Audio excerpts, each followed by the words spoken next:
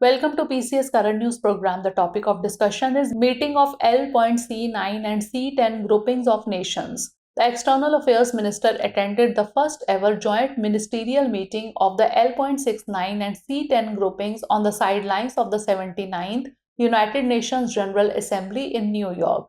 During the meeting, the minister emphasized the urgent need for reforms in the United Nations Security Council to ensure better representation for countries from the global south, particularly in both permanent and non-permanent categories.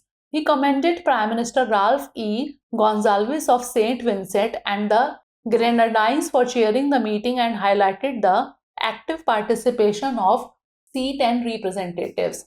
Key discussions and outcomes. Representation of developing countries. The ministers reiterated that developing countries must play a crucial role in enhancing the effectiveness and relevance of UNSC decisions, stressing that they cannot continue to be shortchanged. Call for text-based negotiations. The minister advocated for initiating text-based negotiations within the intergovernmental negotiations process to achieve concrete results regarding UNSC reform.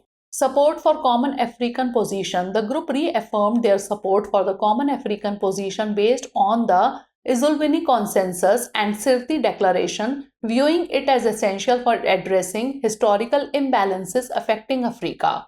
Meetings with foreign dignitaries. The minister also held meetings with various foreign dignitaries, including Prime Minister Ralph Gonsalves, Bhutanese Foreign Minister DN Dungyel, Brazilian Foreign Minister Mauro Vieira, Kazakhstan's Foreign Minister Nurtulio, and others. Upcoming events. The ministers noted the upcoming Summit of the Future as an opportunity to advance efforts towards Security Council reform.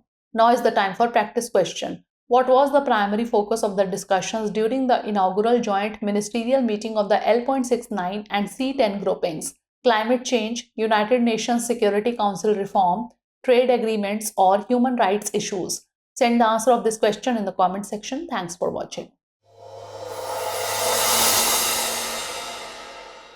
For more informative content, like, share and subscribe, and do not forget to press the bell icon to get the notifications.